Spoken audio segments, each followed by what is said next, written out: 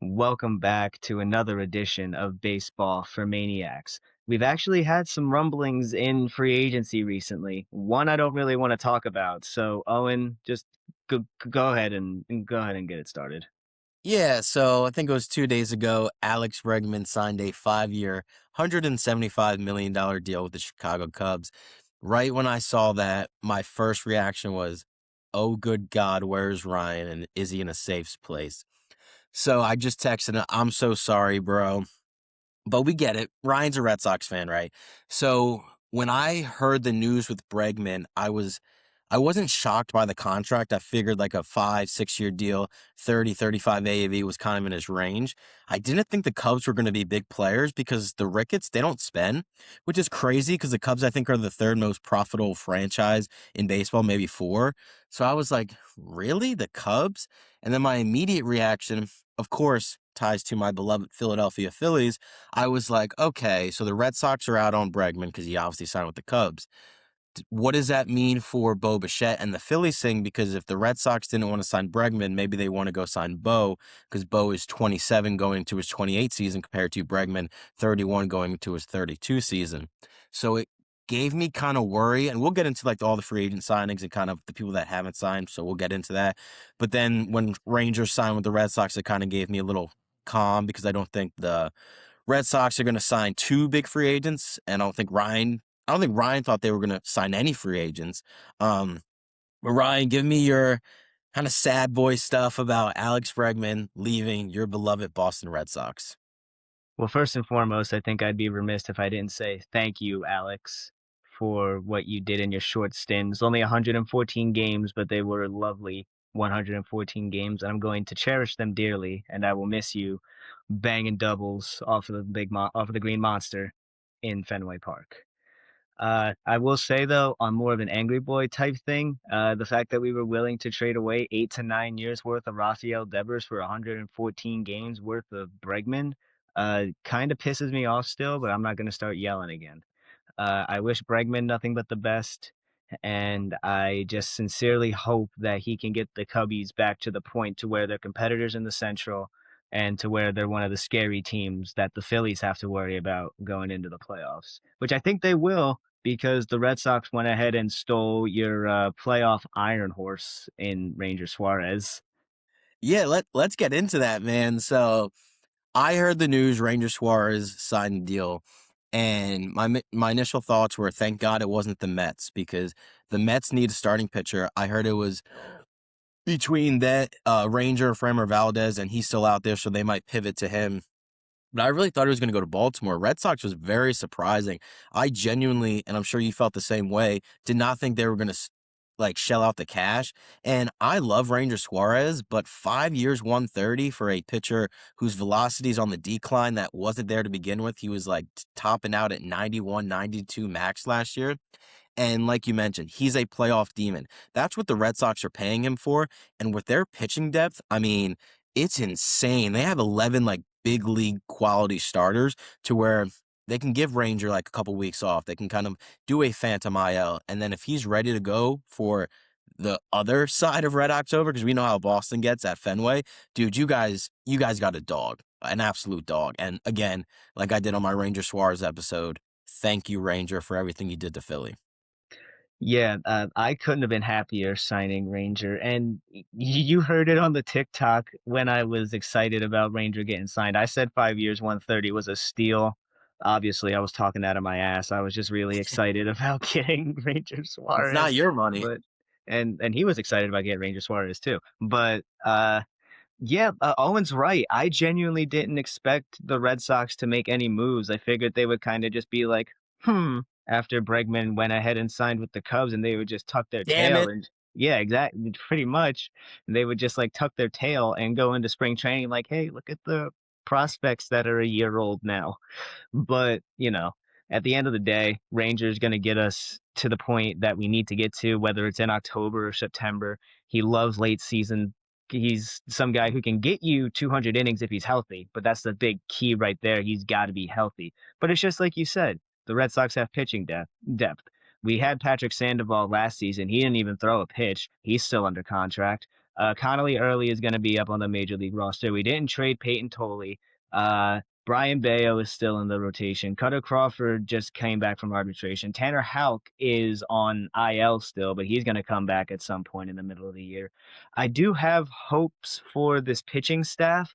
My questions really just do lie with the offense because I guess this means Marcelo is going to go to third, and we're probably going to do a platoon depending on how Christian Campbell does in spring training at second base. I'm just under the assumption that we want Nick Eaton, to be our second baseman, which I don't mind. Anybody but David Hamilton. I guess that's all I have to say about it. Good name, David Hamilton. Anybody but David Hamilton. Gotcha. And it's funny because, like, go back on the pitching depth for the Red Sox. I feel like they got to make a big trade. But then you think, and it's like, well, don't they got to make a trade in the outfield? Because you got thinking Phillies, Duran, Rafaela, Willie Abreu, Roman Anthony. It's like, where do you really need to upgrade? I guess because first base, you got Contreras. Second base, yeah. Third base is going to be Meyer. Shortstop is Story. I don't.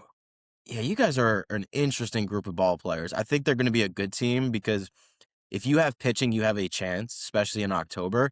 It's just it's been a weird and very interesting offseason for the Red Sox. But let me get into my next point, Bo Bichette. So this episode's really just kind of like a free agency update and kind of what's happened, what's going to happen. Obviously, Bo Bichette remains unsigned. I talked on the episode last night with Fritz. I talked on the Bo Bichette reaction. I've probably made 4 or 5 videos about Bo Bichette just because I'm trying to speak into existence. If Bo Bichette does not sign with the Philadelphia Phillies, I might go down to Philadelphia myself and probably get banned from CBP because he's, with all this stuff going on, the Phillies like to stay quiet with the media. And then all these reports, and it's not just Philly media. It's not just Matt Gelb, Todd Zalecki. It's Bob Nightingale. It's Ken Rosenthal. It's Jeff Passan saying, yeah, Bo Bichette's going to the Phillies. And I'm like, okay, well, this seems all too good to be true. So the backlash that they would face from the city if Bo Bichette doesn't sign with them would be tremendous because going into this offseason, I had no expectations they were going to sign any big free agent. Maybe Tucker, but maybe if his market like dropped down to what it kind of has. But Bo Bichette is in that weird place to where I thought he was going back to Toronto, and I think you did too in our original free agency prediction. But when they started making all those moves for Dylan Cease, Okamoto, and then Ernie Clement, the postseason he had, there's really not a spot for Bo Bichette, and I think they're focusing on Kyle Tucker. So who does Bo Bichette really have? I thought it could have been the Red Sox to where once they lost Bregman, they could pivot, but it's like then they go sign Rangers to where I don't think the Red Sox are in it at all, and maybe the Dodgers on a short-term deal, but Jack Fritz, he brought up a great point. Bo Bichette just got married. This is his free agent year. He's 27, turning 28. He might just want to settle down in a place for 8, 9 years, similar to what Bryce Harper did. And the only team that I think is going to do that is Philadelphia. So I got him going to the Phillies for 8 years, 240. What is that, 30 million AAV? Yeah, I can do math a little bit. So I think that works out pretty well just because, dude, he's younger than Bryson Stott. He's younger than Alec Bohm. And we already signed Turner to God knows how long, probably till 2080. I like Trey Turner, but we'll get into I don't that think you another. do.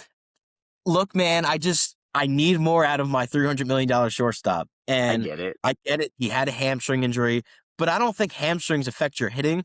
I will never get over Game 2. I was in the building. Roki Sasaki comes out of the mound. 2 outs, runners on second and first. Or maybe second or third. I don't know. It was a freaking blur. And who comes up in the clutchest spot of the season? Trey Turner. Batting And champion Trey Turner. you're gonna make me blow my top. Batting, like regular season batting champ? Sure, dude. Let's throw a freaking parade down Broad Street. But normally in those situations, because I was obviously with my dad, I would say something like, oh, Trey's not going to do it. But I was just such in a euphoric moment that my dumbass really thought Trey Turner was going to come through and tie the series. And he just didn't. But not all to go off on a tangent. I like Trey Turner, but it goes to the point. We already got Trey Turner locked up. We already got Bryce Harper locked up. We just re-signed Schwarber. Those moves are all in moves. So why not just throw the payroll out the window, go get a 28-year-old stud who could be a 4-hitter, and we haven't had that ever since Ryan Howard. So I think Bo Bichette's going to the Phillies. What do you think? It seems pretty cut and dry that he's gonna be a Philly. You know, I'm kinda starting to think, like, kinda how you were, it's almost like a too good to be true type situation. I was almost hoping that the Red Sox would make a play at him, but then Ranger happened, so I'm like, "Okay, maybe we are out on Bo." Maybe we aren't. I've seen crazier things happen in the world of baseball. We were both fans when Josh Hamilton, CJ Wilson, and Albert Pujols all signed with the Angels. Then like that's when I realized money wasn't real. But like either way, uh, honestly, I do think he's going to be a Philly. I don't see 8 or 9 years being too out of the realm for it. I kind of see 8 years, 260 with a couple incentives thrown in here and there. If it's worst case scenario, I think he ends up a Yankee, which would probably make me very upset. Does he really fit in with the Yankees? No, they have Jazz Chisholm. They seem to really like Anthony Volpe, and I really don't know what they're doing at third base. If you really wanted to, I guess you could put Jazz over at third. I wouldn't put Bo at third, but Yeah. I think if Bo goes to the Yankees, they would trade Jazz. I've heard that too. Like I've kind of heard rumblings that the Yankees were listening to trade talks for Jazz, but they weren't anything like major or serious or anything. What was the one that I saw that was interesting? The Mets were pretty seriously involved in a trade, a pitcher of some sort. It wasn't Scooble, but I'm trying to remember who it was. It's losing me at the moment, but Who's a pitcher that's on the trade market besides Scooble? Oh, Joe Peralta? Ryan. Freddie? Joe Oh, Joe Ryan. Ryan. It Dude, was Joe Ryan, yeah. I think Joe Ryan is so overrated. I mean, I I do think too, but it's like he's a good pitcher, but like a 3.5 ERA guy to where that's your peak season. And I don't think he's ever really thrown 200 plus innings back to back years. Like, I get it, starting pitching is at a premium, but I'm not breaking the farm for Joe Ryan. I'll break the farm for Tarek Skubal. Like the Red Sox broke the farm for Garrett Crochet, and that worked out. But Joe Ryan, Freddie Peralta, just no because he's on a 1 year deal. I was just about to ask, would you break it for Freddie Peralta? Because I love Freddie No. Peralta. If he had like 3 or 4 years left of control, maybe, but he's a free agent after the year. So Yeah. I wouldn't, if I were the Phillies, and I don't think we're going for any more starting pitching because I think we're kind of set. But for like Freddie Peralta, I wouldn't give up Miller, Painter, Crawford, maybe Gage. Well, no, I wouldn't even give Gage. It's 1 year, dude. Like you can have. It was a Dante shitty Nori? prospect in the Phillies. I actually like Dante Nori. Check out my prospect video. Um, Maybe Gabriel Ranconis Jr., but I like him too. I'd give up Gabriel Ranconis Jr. for Freddie Peralta. I'd do that. Saw him go yard over the summer at an Iron Pigs game. I went there. My girlfriend got me tickets for my birthday, and we both went. He went big time. He tanked it. Jesus God, what a swing Yeah. on that kid. Dude, he crushes right-handed pitching. So I made a point to where if Adolis struggles and Ranconis is hitting the cover off the ball in AAA against righties, he can just come up and play right field, and Adolis can play against lefties and be a defensive replacement. So I like where the Phillies have depth, but this isn't a Gabriel Ranconis episode. There will be a day and time for that. Um, but let's get into our next guy, Kyle Tucker. I think personally he's going to the Blue Jays. I just think that's the only team willing to give him that long-term deal that he wants. I heard the Mets were like they offered him 50 million over 3 years, which is like weird because they didn't sign Pete Alonso and Edwin Diaz. It's like the Stearns philosophy does not correlate with the Cohen pockets. It's a weird mix to where I guess you get best of both worlds. Stearns doesn't give out a long-term deal. Cohen doesn't care about the money, so I guess the 3-150 works. But if I were Tucker, I'd only take that if that was my only like offer on the table. And the Dodgers are the same thing. Like we're all worried about Kyle Tucker going to the Dodgers. I think you predicted that in the free agency episode a couple months ago. I did. Um, yeah, so I just think he's going to go to the Blue Jays. I want him to go to the Blue Jays because one, don't want him to go to the Mets, obviously. Don't want him to go to the Dodgers because they're the freaking LA Dodgers. Like, how many more great players do you need? Go to Toronto, get away from the National League to where we only have to see you in the World Series, God willing. And then if he goes to Toronto, then there's no way they're still in the market for Bo Bichette. So I got him going 10 years, $340 million, and I have a opt out after year 3 in that contract. So yeah, again, the same thing with Bo. It seems pretty cut and dry that he's going to be a Blue Jay, Kyle Tucker. Uh, See, there's a sleeper team that I think kind of could come through because they've been spending a little bit, but it really just Don't say the goes to Pirates. it's not the Pirates. It's not the Pirates. I promise you, it's not Th the Pirates. They're later, Thank but God. I promise you, it's not the Pirates. It's later though. Uh, I, I I looked at the notes. I know what we're doing, but anyway. Uh, I wouldn't be surprised if the Orioles try to make a play into the Kyle Tucker sweepstakes. I would hate it. He'd be going to either one of my AL East rivals. But you know something? It seems like the Orioles aren't messing around. They gave all that money to Pete. I still think they need a little bit more help on the pitching side of things. I think they've made a few moves here and there. Actually, I'm losing them off the top of my head right now, but I'm pretty sure they picked up another starter. Whether it was a trade or free agency, I don't really remember. Yeah, Baez or Shane Baz from the Rays. Yes, which is weird, a weird in division trade that I don't really like, but I'll complain about that later. Yeah. Uh, the Blue Jays seem pretty cut and dry, but I wouldn't be surprised if you see the Orioles throw in like 9 years, 420, just to see if they could just to see if they could get them, you know, because what exactly do the Orioles have in the outfield? Honestly, it's Heston So Kjerstad? Is Kobe Mayo a third yeah, baseman? I think anyway. I think so. Who the They hell's playing center? I don't even know. 'Cause it was Cedric. Yeah, and then they moved on from him pretty easily. Yeah, good God willing, he sucks. Colton Cowser, I think, is out there. Yes. And they still have Tyler O'Neill. Weird. Oh, Red remember they Sox traded legend. for, Taylor Ward.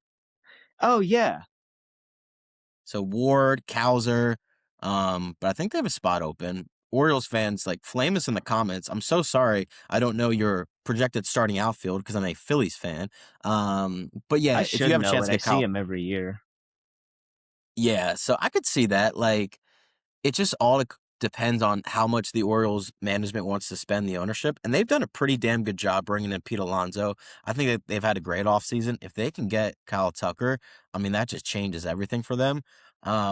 So you have him going to Baltimore. That's your prediction, or is it like that's your sleeper team and you think he's going That's somewhere kind of my else? sleeper team. I do think he's going to end up on the Blue Jays, kind of on a similar deal. But if the Orioles are going to make any sort of like move, it's going to be a lot more money, probably one less year, and then an opt out after year two instead of an opt out after year three.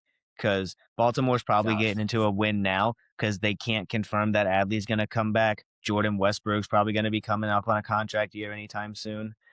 They got the young guys. Gunnar Henderson isn't getting any younger, and neither is Jackson Holiday. And I feel like they're trying to strike while the iron is hot because those guys Jackson's due for a big sophomore season. Gunnar is going to go stupid. I think Gunner's going to go crazy this coming year. Blue Jays are going to shock some people. I can feel it in my bones. Yeah, no, I like that. All right, let's get into our next guy. The guy that quite literally tried to kill his teammate on the mound, Framber Valdez, to where, so I saw the reports like Ranger getting that deal is really good for Framer because Framber Valdez is a much better pitcher than Ranger Suarez. I don't think so in that sense because one, the mental makeup of him trying to kill his teammate. I don't think teams want that in this clubhouse. And it really only takes one team to go get their guy, similar to what the Red Sox do with Ranger. But it doesn't mean the other teams are going to be like, well, now we're going to overspend for another pitcher. You're going to go get your guy. You label these guys in the offseason to where I don't think these corresponding moves mean that much. Like, obviously, the agent's like, well, he got this, so this pitcher needs to get more. But it really comes down to if the owners are going to make him that offer. I don't think Framer's going to get a 7-year deal. I think he goes to the Mets on a 4-year, $160 million contract, and I could see an opt out after year 2. And if just fits the New York Mets philosophy of like high AAV short term deals. You get the best of both worlds with Stern and Cohen, and they need starting pitching. Like the Mets, like what killed them in the 2025 season? It was starting pitching. Their offense was electric. Soto, Alonso, Lindor, Nimmo was decent. Like he still had a 750 OPS. Alvarez had a second half resurgence, but the pitching was god awful. And it was a sight to see. It was a beautiful sight to see, but they haven't made any additions to their rotation. And Ranger was a candidate to go to the Mets. He's off the market now, to where I think they have to go after Frammer or trade for Tarek Skubal, to where I think that's a very big possibility based on the arbitration hearing, to where they were $13 million apart. I think Tarek Skubal gets traded, but if he doesn't get traded before the start of the season, I don't think they trade him midseason, because I think the Tigers are going to be in contention, and you simply can't trade most likely the best pitcher in baseball at the trade deadline. So I got Frammer going to the Mets, 4 years, 160, opt out after year two. See, I think Framber is almost looking for a team where there could be a solid 1-2 punch, where there could be like a 1A, 1B type starter situation, kind of like a guy like Cole Reagans in Kansas City. I wouldn't be surprised if they're trying to make an offer at him because they need pitching. The Diamondbacks are probably throwing their hat into the ring there. The Orioles could also do it again. The Mets is probably the most likely landing zone. Uh, so I kind of agree with your take there. 4 years, 160 seems about right. I know he's probably going to want 6 or 7, but it's just yeah. I gotta be youthful. I gotta show the kids that I'm hip. But you know, it's Framber's kind of tough to judge because of the whole throwing at your own teammate situation that we had, which is just downright despicable. Crazy. I can't believe Yeah. that. Like, how do you do that in the majors? We didn't even do that when we played like Lou Gehrig ball, dude. We never even threw at each other. When we played against each other, we threw at each other, but that's for funsies. Like, if you were behind the Yeah. plate and so was catching, or like if so and so was pitching, excuse me, you would like not get crossed up with him and he would not like throw one directly at your chest. There was always a level of communication. And it's like the fact that I get it, emotions are high, to where there might be something psychologically wrong with him to do that. Definitely is. But it's like you're in your contract year. I get it. You might be upset of like a pitch call or whatever, but you have all the control in the world to be like, I don't want to throw that pitch. Like, I'll go somewhere else. To where I just can't, like, that's what he did was genuinely insane. And then he went to the winter meetings, and then he like had a presentation for multiple teams of like why I'm a good guy. If you have to have a PowerPoint presentation on why you're a good guy, newsflash, you're not a good guy. To where like I don't think the market's there for him based on your point. Like Mets, I could see the Mets just being like, hey dude, like they signed Juan Soto to the biggest contract in baseball history, knowing he's not a leader.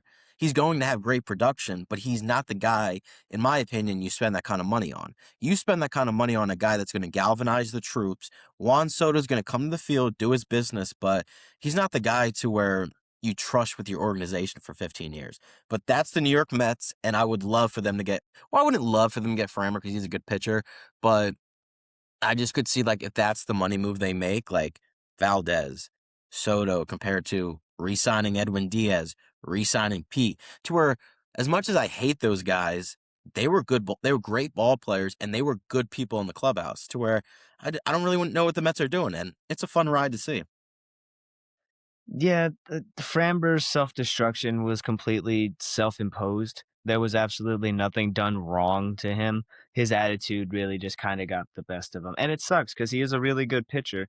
But when you throw at your own teammate, it kind of seals your fate as a major league ball player. He's going to get another contract. This isn't me saying that nobody's going to sign him.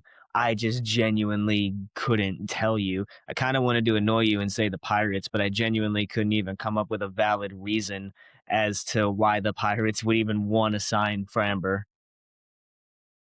Yeah, yeah, I don't see the Pirates doing that. All right, our next guy, Cody Bellinger. And there's been so many conflicted reports. He's a Boris guy, Scott Boris, a beloved agent. Of he wants like 8, 9 years. I heard there was a report that it was like 400 million. Now Hmm. Boris shut that down, so I don't know where that came from. Isn't it crazy when an agent has to come out and be like, no, no, no, we don't want that much money. Like that's insane. But it just had to be done because if teams went into thinking that's what the asking price was, they wouldn't even like bother reaching out to Cody Bellinger and his team. No, but, And like no, hang I on just think though, he's but going to a go. as a client, think about your agent saying that though, like, "No, no, no, that's insane, 400 million. Cody's gotta be thinking like, alright, hang on here, I was an MVP a couple seasons ago." It's like you just don't say that publicly, but you just go to the teams and say that you're like, look, that is not our asking price. I don't know where that report came out, but he did it publicly, which is, like you said, pretty weird. But I just see him going back to the Yankees, like 5 years, 160. It's so crazy where we were last year at this point in the offseason to where the Cubs traded him for nothing and ate $5 million of that salary. And he kind of had a similar year from 24 to 25 to where I just don't know what other teams would be in the market. Maybe the Mets because they need a left fielder because I think what's that guy? Is it Benj or whatever, their center field prospect. He's Whatever his gonna come name up and is. play, I believe, on a yeah, doesn't matter. So maybe he can go there. I just don't really see a market for Cody Bellinger. Maybe the Diamondbacks. I think you predicted that at the start of the season. I I did. just he's gonna play, yeah, and if you have him in center field, like Cody Bellinger's value is his versatility, but he's really only elite at one position, left field. Like he's a decent center fielder, but he's not a gold glove center fielder. Throw him at first base. He's a decent first baseman. He's not a gold glove first baseman. And the bat, I just think he's an 800 OPS guy, 25 homers, maybe 280 average, which is a good player, but 5 years, 160 seems like a lot. But I just see the Yankees bringing him back. He crushed in that stadium. He is a Yankees stadium merchant to where I think he just goes back there, but I wouldn't sign him. Like if I were Philly, like I'm all in on Boba Fett. Yeah, I did predict the Diamondbacks earlier on in the year, but wherever he signs, it's going to be a hitter friendly ballpark. Honestly, he's either going to go back to the Yankees. I could even see him going to a place like Cincinnati because that's a very hitters friendly ballpark. But I think he's just going to go somewhere where he can mash. This is a guy who hit 45, 44, 45 home runs in that MVP season where it was back between him and Yelich. This is a guy who is a really good baseball player and can be an elite baseball player. So I think wherever he ends up, honestly, and I hope it's not the Yankees, is just going to end up getting a steal of a player, honestly, because I think his swing was the thing that killed him, honestly, because he just had that straight uppercut type swing. And yeah, it worked for that season, but people figured that out really quickly. And then everybody started to kind of doubt Cody Bellinger, and now he's unfortunately looked at as almost a journeyman baseball player when he's not. I think he's an all-star caliber player almost every season that he plays. I kind of disagree with you about his first base abilities. I think he's average to above average at best. He's not a gold glover. I agree with that one, but I wouldn't call him decent. I think he's got an above average glove over there at first base. He's made some pretty nice plays over there. He just belongs in the outfield. He's a big, lanky guy with a cannon for an arm.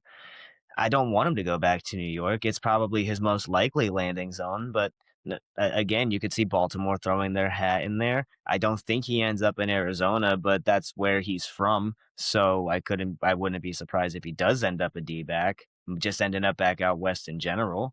But I don't know. Like a lot of these markets have kind of they've been weird because Bregman didn't go where he was supposed to go, and neither did Ranger. So this is really Yeah. just like an anything can happen type of off season for baseball. Bo Bichette could go to the damn Tigers at this point. No, no, no, no. Just because I like the fit, but it's just like, man, it is time for him to come to South Philly, plant his roots, and go win a damn World Series. But that gets into the point of my last player on the list, our beloved JT Realmuto. So I've talked about him in length of like how he's overplayed his hand in the offseason. And before I get into kind of bashing JT, I'm never gonna bash him, but I love JT. He's the best catcher in Phillies history, in my opinion.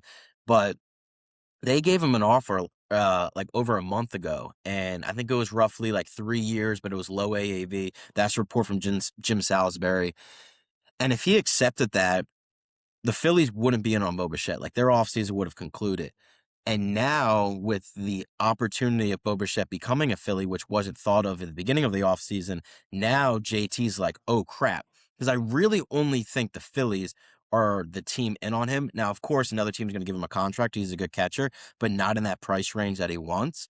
I think if the Phillies get Bo now, in an ideal world, I want Bo and JT, but that's up to John Middleton and how much he wants to spend. I think our beloved Pittsburgh Pirates would be a really good fit for JT at 3 years and like $40 million because it kind of fits their motto. I'm not going to pay a lot. I'm going to say I'm in on the big guys, and then I'm going to pivot to like a Ryan O'Hearn, a JT Realmuto at 3 years 40 to where he signals to the fans, hey, we're going all in, quote unquote. They're not going all in. They're just doing enough to where they don't get criticized. But JT, he's great with pitchers. Like what he did with Wheeler, what he did with Sanchez, what he did with Ranger, Jesus Luzardo, he's phenomenal behind the dish. Now, there's some Phillies fans I've seen in my comments, love all of them, but it's like they mentioned that JT or the pitchers wouldn't have success without JT. Are you out of your freaking mind? Christopher Sanchez and Zach Wheeler would have success thrown to us. Now, we would probably get decked in the face because I don't know where the hell 98 with Cut is going, but that value is overstated, but it's still tremendous value behind the plate to where what does Pittsburgh have? What is their strong suit? Starting pitching. Paul Skeens, Mitch Keller, Jarrett Jones once he comes back from injury. If you put JT behind the plate, he's going to help that team tremendously.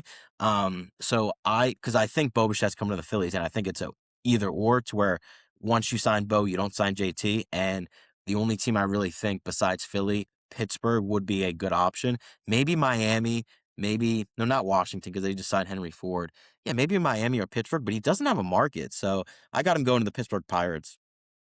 See, I love that, and I 100% agree with you. The only reason I don't think he would go to the Pirates is because they're not 100% guaranteed a contender, and I think JT wants to go somewhere where they'd be guaranteed a playoff spot. I don't know who's catching in Yeah, Cincinnati but anymore these what other days. contender is giving him that? Like, I don't know, No, like, I'm who's just saying catching in what other contender would give it? like maybe like how hot are the Yankees on Austin Wells? You know, I could probably see the Yankees making a play at JT, and that would suck for me. How I don't is Tyler Stevenson the catcher over in Cincinnati? I don't think they would kind of want anything to do with JT if he's still catching over there. Minnesota has had talks about trading Jeffers, so if that move gets done at any point in time, I could see him being a Twin. But yeah, it's kind of just like JT kind of screwed his own market. It's either going to be a homecoming with Philadelphia, a different type of homecoming with Miami, or he's just going to be the hound for the Pirates and he's going to get Skeen's ERA down to like a 1.7.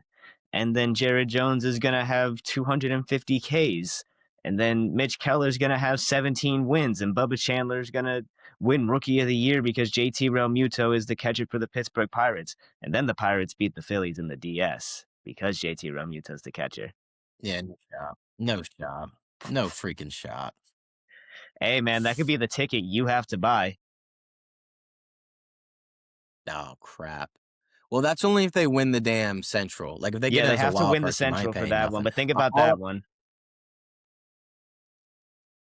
Yeah, I mean, I wouldn't want to face them, but I'd much rather face Pittsburgh than LA. It's so funny when you like the season starts to come to an end and you're like, okay, you're definitely in the playoffs. And then you kind of look at matchups, but it's like, then you get the matchup you want. Like the Phillies got the Mets in 24, and then we saw what happened. It's just like, once you get to October, man, you play who you play. And if you're playing your best ball at the time, you're going to beat the team.